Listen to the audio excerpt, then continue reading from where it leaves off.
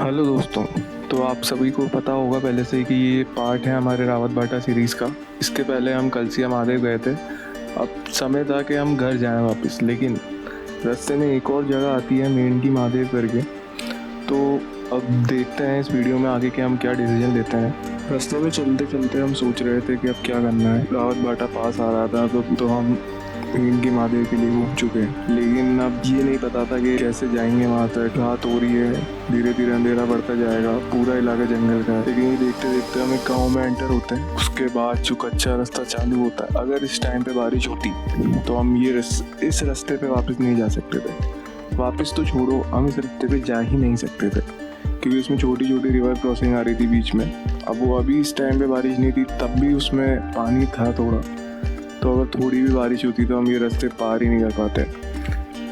लेकिन हम आगे बढ़ते जा रहे हैं, पता नहीं क्यों बढ़ते जा रहे हैं, लेकिन हम चलते जा रहे हैं।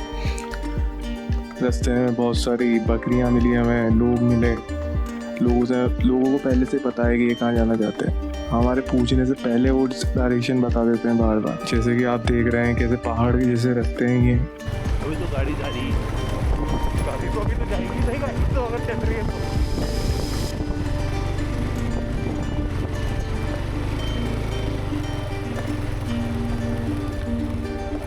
तो अब यहाँ पे क्या होता है कि हम इन अंकल से पूछने वाले होते हैं कि मेंढकी महादेव का रास्ता कहाँ है। ये उससे पहले ही हमें बता देते हैं कि सीधा चल जाओ, और रास्ते हैं हमको देख के। मेंढकी महादेव की पहले बोलने का तैयार था। ये शायद समय बहुत ज़्यादा ही हो गया था, शाम होने वाली थी। वाटर क्रॉसिंग आ गई विदाउट वाटर।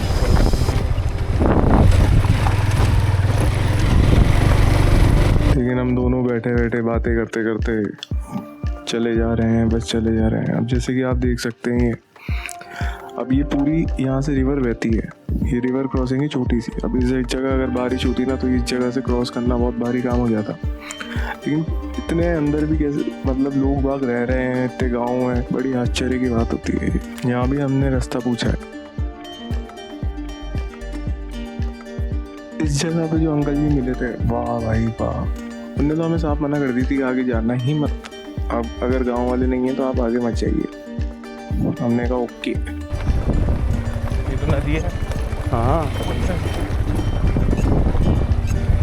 जैसे जैसे हम पहाड़ के पास जा रहे थे, रास्ता और ज़्यादा आइसोलेटेड होता जा रहा था। मतलब रास्ते में अब ना बकरियां आ रही थी, ना कोई लोग बाग दिख रहे थे। बस अब ये रास्ता क्या है, बिल्कुल पहाड़ से टच होने वाला है। धीरे धीरे करके हम बिल्कुल पहाड़ की साइड में जाते जा रहे हैं। अब ये जो पत्थर वत्थर ये सब है, ये सब यहाँ से नदियाँ बहती है। पहाड़ से जो पानी आता है वो सब इनमें से बह के निकलता है। तो पैदल गया है ये पूरा। यहाँ पर गाड़ी से जा रहे हैं। हाँ,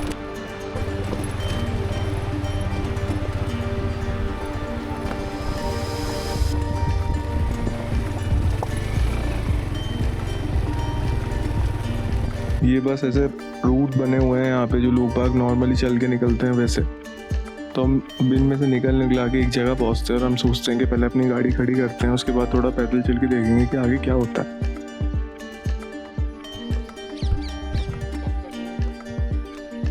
चल के देखें अब। और तो क्या भाई, वो खड़ा है एक आदमी वहाँ पे, देख। तो अमित भाई को कोई दिखा। अमित भाई बता रहे हैं मुझे कि वहाँ पे कोई खड़ा है, लेकिन वहाँ पे 1 किलोमीटर दूर एक आदमी खड़ा था, उसको अमित भाई ने देख लिया। यहाँ पे जो भी टाइप बन रही है इसमें होंगे 2 मीटर। तो मैं कुछ नहीं कहूँगा, अमित भाई के लिए सैल्यूट है। गाइस, अमित भाई को कैमरा पकड़ा गए, अपन तो गए भाग।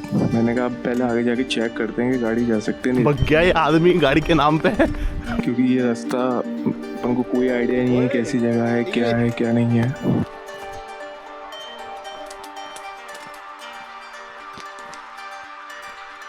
बहुत देर बाद ये याद आई कि भाई लेंस पे तो एंटी फिल्टर लगा रखा है, तो उसको हटाना जरूरी था। रास्ते एंजॉय करते हैं थोड़ा सा।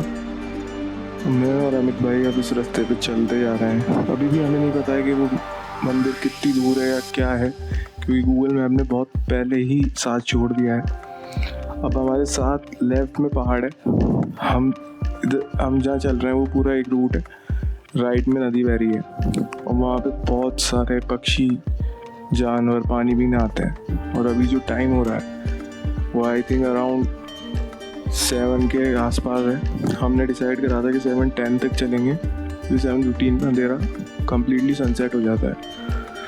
तो देखते हैं अब आगे क्या होता है। अब हम जैसे जैसे आगे बढ़ रहे थे वैसे वैसे जंगल और घना होता जा रहा था। हमें कुछ आइडिया नहीं है कि आगे क्या है क्या नहीं है, और ये भी डर लग रहा है कि जानवर भी आ सकते हैं। शाम का टाइम है, पानी पीने का समय होता है उनका, लेकिन देखते हैं अब क्या होता है। अमित भाई की तो आवाज़ भी निकलना बंद हो गई थी। तो मैं आगे आगे चल रहा था, देख रहा था कि कैसा रास्ता है, क्या है, कितना दूर और चलना है।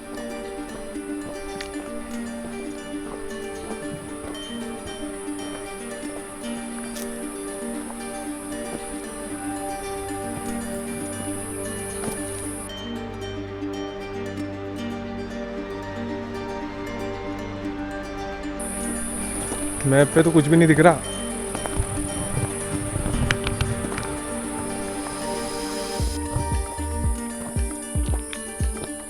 अब भी बता रहा है भाई।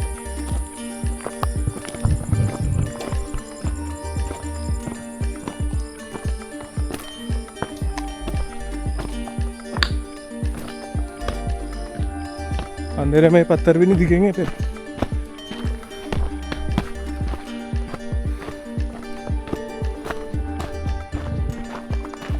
जैसे जैसे आगे बढ़ा मुझे मंदिर की सीढ़ियाँ विजिबल होने लगी, लेकिन मैं ये नहीं कह सकता था कि मंदिर अब भी कितना दूर है। तो मैंने थोड़ा पॉज लिया, मैंने अमित को बताया, मैंने कहा अमित भाई सीढ़ियाँ दिख चुकी है। इतने में ही ऊपर से कुछ पत्ते हिलने की आवाज़ आती है, कुछ पेड़ हिलने की आवाज़ आती है, ऐसा लगता है कि कोई ऊपर। और वो जैसे ही भगा हमें देख के वैसे ऊपर से पत्थर गिरते हैं। और मुझे पता था ये टाइम है यहाँ से सरकने का। तो अमित भाई को केवल एक इशारा करा, मैंने कहा अमित भाई let's go. Next time please.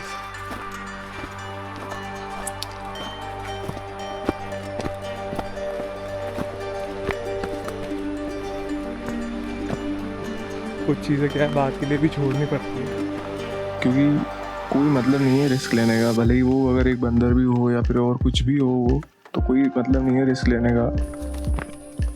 ये जो टाइम था ये जंगल और उन जानवरों का था, तो हमें वहाँ पे होना अलाउड ही नहीं था। तो हम वापस रिटर्न हो गए कि अब कभी और सुबह आएंगे वापस यहाँ पे।